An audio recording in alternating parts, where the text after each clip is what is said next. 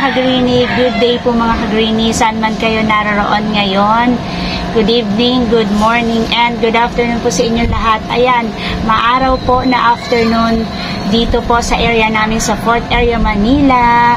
Belated Merry Christmas po and advance Happy New Year. Hindi na ako makita. Yan, kasi sakop na ng aking cactus.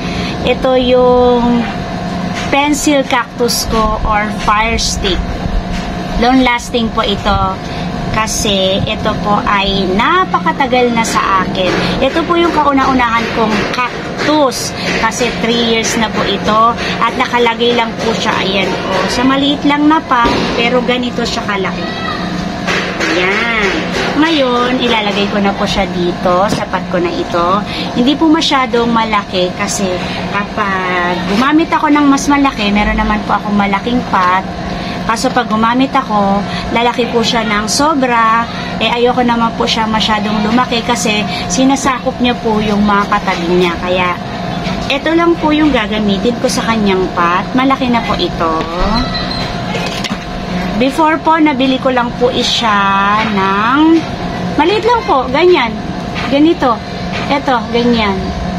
Ngayon po, talagang malaki na siya. Mas malaki pa to. Mas lalaki pa siya kung talagang nilagay ko siya sa mas malaking pot. Pero, nag-decide ako na hindi ko siya ilagay sa malaking pot kasi nga, ayan. Baka maging ano talaga siya, puno siya, mas malaki pa siya sa akin. Kasi takaw space siya, kagaya nyo na marami siyang sanga-sanga.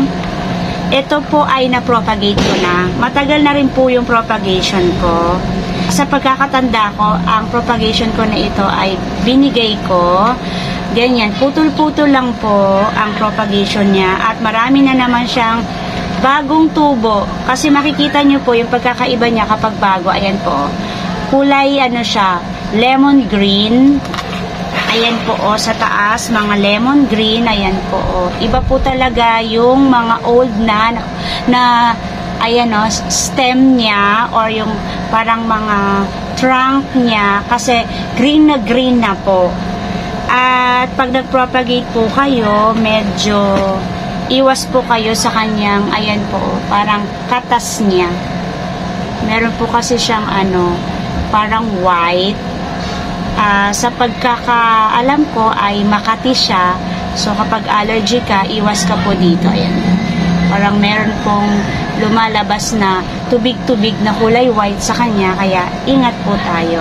Ito pag pinropagate nyo po, kahit hindi nyo na po siya lagyan ng mga rooting powder o rooting hormone kasi po ay mabubuhay naman po siya.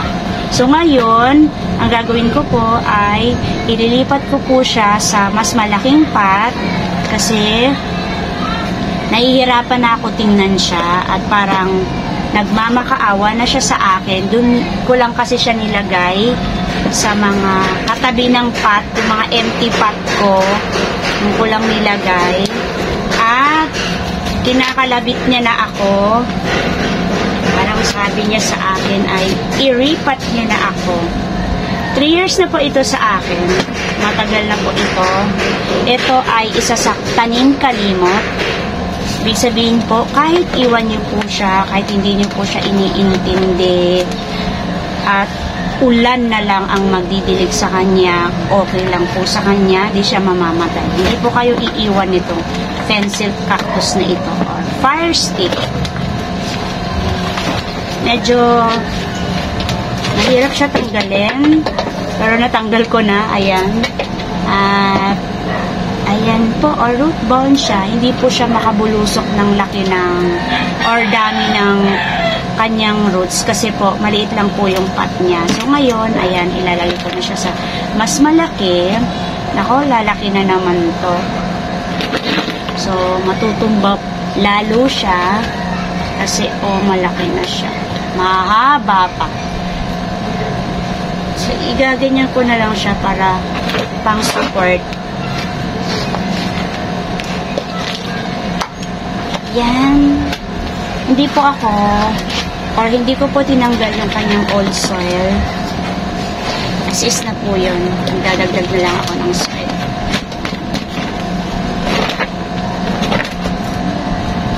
feeling ko gusto niya na rin magpa-propagate para medyo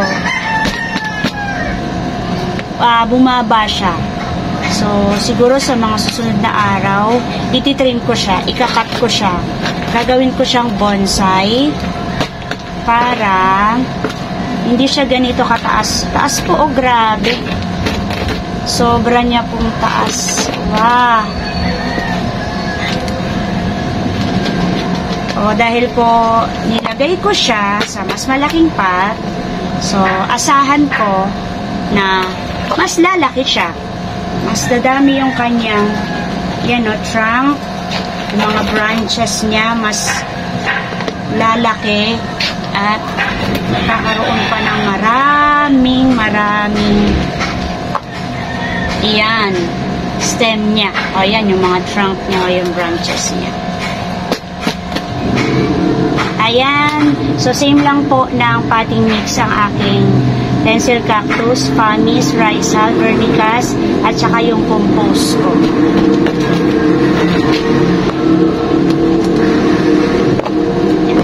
Ito yung niya, yung stem niya po dito, dark na po siya, dark green na. Ito po yung yung mga dito banda niya, dark green na, parang makahoy na talaga siya. Ayan po, sobrang makahoy na. Ito yung pinaka makahoy. Ito na yung talagang original, or ito yung 3 years niya talaga na stem. Ito kasi iba na yung kulay, parang matanda na siya, and then parang nagwa-white na siya, parang may uban na. Yan, so hindi na ako makita, pagpasensyahan nyo na. And then, ito yung bago niya. Ayan, may mga bago. Ito bago talaga. Kasi ang kulay niya ay light green. Kita ba? Ayan po, ito yung kitang-kita na light green. Ito po, ayan, Pero yung dito niya, nag-uumpisa ng mag-dark. Kasi medyo nag-old na siya, mag-years na siya. Pero ito, kita po na, ayan kitang-kita siya na new pa lang, bago pa lang, kasi light green siya. Sa pagkakaalam ko, nai-stress ito. Nag-iiba talaga yung kulay niya. Pwede siyang kulay parang red or maroon kapag na-stress siya, at saka kapag gusto niya yung humidity ng isang lugar. Kasi nakita ko sa Benguet or sa mga highland, hindi ganito talaga yung kulay niya. Hindi talaga green or dark green or pale green. Siya talaga, nag-iiba siya ng kulay. Dahil nga dito sa Manila, hindi maganda po yung aming weather. Yung humidity niya hindi po malamig, hindi kagaya ng mga nasa highland, talagang malalamig. Usually, bihira po ako makapag-stress ng ganung kulay sa mga cactus and succulent po. May mga iba nag-i-stress, pero hindi po talaga kagaya ng mga highland, kagaya ng mga Benguet, Tagaytay, Baguio, na talagang magaganda po yung kulay nila. Pero eto yan, happy na ako na maganda po yung kulay niya, na ganyan siya, at mataas siya. So, long lasting ito. Good po ito sa mga beginners, sa mga gustong mag-collect na ayaw mamatayan, or sa mga beginners na gustong pangmatagalan ng mga cactus and succulent. Ito po, i-collect nyo. At yung mga gusto ng mga matataas, ganyan, ito po, pencil cactus. Pero kung gusto nyo po siya i-bonsai, paliitin, pwede nyo naman po siyang putul-putulin, yan, chop-chopin. Sa mga susunod na araw, parang gusto ko siyang chop-chopin, paliitin, kasi ayan po. At saka para po magkaroon ako ng maraming pencil cactus, ipopropagate ko po to sa mga susunod na araw. So ngayon, ito lang muna yung ginawa ko sa kanya. Nilipat ko lang muna siya sa mas malaking pot. Pero wala na akong balak na ilipat pa siya sa susunod pa na mas malaking pot, kasi ito ay masyado na siyang lalaki. So, ito lang muna yung kanyang pot ngayon. And that's it for today mga ka-Grainy. Kung love po ninyo at nagko-collect din po kayo ng mga plants kagaya po, cactus and succulent, please po palike po ng video ko na ito. Pa-share na rin po and don't forget to subscribe.